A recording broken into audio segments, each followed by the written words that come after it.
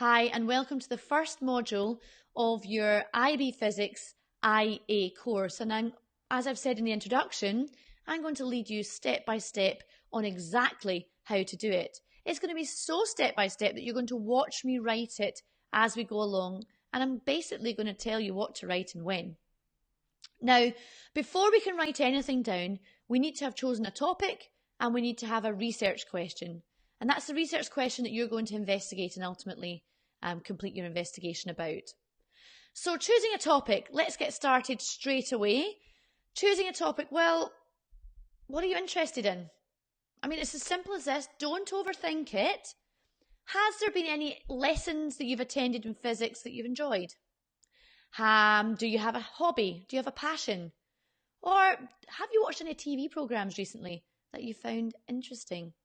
So, for example, lessons that I enjoyed 20 years ago in physics, I was blown away when my physics teacher told me about geostationary satellites and how all the communication companies are vying to put their satellites at the same radius above the Earth. And if communications companies keep going and going, there's going to be loads of space junk up there at that exact radius. So I remember that lesson from when I was a kid. And maybe there's a lesson that you remember. Maybe you did a lesson on electromagnets, or you learned about a particle accelerator or something, and it just stuck in your mind. So was there anything in your lesson? Or do you have a hobby? Do you play the guitar? Do you play the flute? Do you play football? Do you play tennis? Do you play anything or like anything? Do you like washing your hair? We can find a research question out of any topic of passion. And finally, if you watched a TV program recently, so for example, have you watched Blue Planet? That's a sort of recent science program that was on the TV. Anything. Just note it down. Note a couple of things down just now. So I'm going to note down geostationary satellites because I remember that lesson from 20 years ago. Possibly football. My son is interested in football at the moment. He's 6 years old. He likes football. So let me say my two areas of interest at the moment that have sparked something are geostationary satellites and football. I've just noted down those two things, nothing else, okay? And what I then want to do is I want to find my research question. And the whole point of your investigation is to measure how changing variable x affects or changes variable y. So you're going to change one variable about a geostationary satellite or a football or shampoo, and you're going to see how that affects the other variable about a geostationary satellite, a football and a shampoo. Now don't panic. It sounds harder than it is. I'm going to lead you exactly through this, okay? So for this research question to happen, you need to have a variable x that's easily changeable and a variable y that can be easily measured, that's easily measurable. So let's go to my example of a satellite. What can you easily change about a satellite, and what can I easily measure on a satellite? Okay, so let's think about variable x just now. What can I easily change about a satellite? Well, I could change the mass of the satellite. I could change the distance of the satellite from the centre of the Earth. And I could change the radius of the satellite itself. Say I had a very small satellite that only I could fit in. Or I could have a massive satellite that's the size of a room. Those are three things that I could change about a satellite. Okay? Put that to one side. That's your variable x. Variable y. What is easily measurable about a satellite? What can I measure on a satellite? Well, I could measure the time period of the satellite, how long it takes to go round the Earth once. And I could measure the velocity of the satellite. I could measure that quite easily as well. So I've got two types of variables, the things I can change, variable x, and the things I can measure, variable y. And here's what I'm going to do. Our research question says, how does variable x affect variable y? So I'm simply going to choose one of the variable x's and one of the variable y's. Let's have a look. So satellites. Let's say I choose the mass of the satellite on variable x, and the time period of the satellite on variable y. My research question becomes, how does the mass of a satellite affect the time period of orbit of a satellite? I can choose any of the variables. I can choose, okay, how variable x is distance, variable y is velocity. How does the distance of the satellite from the centre of orbit affect the velocity of the satellite? So how does variable x affect variable y? I'm choosing any of the variables. How does the radius of the satellite, variable x, affect the time period of orbit, variable y? How does the mass of satellite, variable x, affect the velocity of satellite, variable y? Let's choose a different example. Let's go to football. Okay? What can you change about a football? Look at my table here. What can you change about a football? That's variable x. Well, you could change the pressure of a football. You could put more air into it, and you could do that quite easily. You could change the angle that you kick a football. You could change the radius of the football. So 3 things you could change about it. And what could you measure about a football? Well, you could bounce it and see how high it rebounds. So you could measure the rebound height. You can measure the range, how far you can kick it. You can measure the terminal velocity of the football. You could drop it from a height and see what velocity it reaches at terminal velocity. So, if I like football, I say, how does the pressure of the football affect the rebound height after one bounce? How does the angle that a football is kicked affect the range of the football? How does the radius of the football affect the terminal velocity of the football? How does the pressure of the football affect the range of the football? Literally pick one x and one y and say, how does x affect y?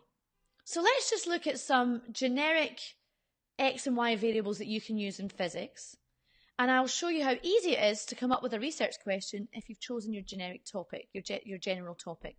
So let's say you like playing the guitar. Okay, so I look at my x variables. I'm thinking maybe about a guitar string. So I'm looking at my x variables and I'm thinking about this guitar string, and I'm thinking, well, maybe I could change the density of a guitar string, because we've got 6 guitar strings, haven't we? And they all seem to have different density. So maybe I could change the density. That's my x variable. And let's say the thing that I can measure coming out of it is sound. So what can I measure of sound? I can measure the frequency of the sound. So my question becomes, how does the density of a guitar string affect the frequency of sound produced? Easy. It's easy, isn't it? Let's think about something else. Okay, still on the guitar. Let's think about, okay, not about the string this time, about that hole you get in the middle of the guitar. So that's the cross-sectional area of that hole. How does the cross-sectional area of the hole in the middle of the guitar affect the frequency of sound? Easy. Next one, let's think about, say your general topic is something really silly. Say you like washing your hair, okay? Say it's something really silly, okay? So you like washing your hair, you're going to use shampoo, okay? So how does go through the x variables, what could I change about shampoo? I could change the temperature of shampoo. So how does the temperature of shampoo affect, okay, the terminal velocity of an object that falls through it? Okay, so now I'm thinking, how does the temperature of shampoo affect the terminal velocity of a ball bearing falling through the shampoo? I mean, it's a ridiculously simple topic. It's easily measurable for you. You like washing your hair. Job done. You could go on like this for hours. Let me give you one more example. Say you like helicopters, okay? What could we change about a helicopter? Well, lots of things. You could change the frequency of oscillation of the blades. You could change the cross-sectional area of the blade. I quite like that. So how does the cross-sectional area of a helicopter blade affect the terminal velocity as it falls in free fall? You can do this, folks. Find out what topic you're interested in, choose a variable X that you can change about that topic, and a variable Y that you can measure. It's as simple as that. So why is it important that you get a research question that's good and that you're interested in? Well, two reasons really. To choose a research question that's good means that the rest of your report is likely to be good. The second reason is some of your personal engagement mark will go towards how well framed and how personal your research question sounds. So the choice of research question will have an impact on the mark that you receive for personal engagement. And personal engagement is 2 marks of your final assessment in IA, which means it's 8% of your internal investigation. However, that means it's 1.6% of your final IB mark. The default mark is 1 out of 2. Most people get 1 out of 2. On all my research, I've barely seen anyone get 0 marks for personal engagement.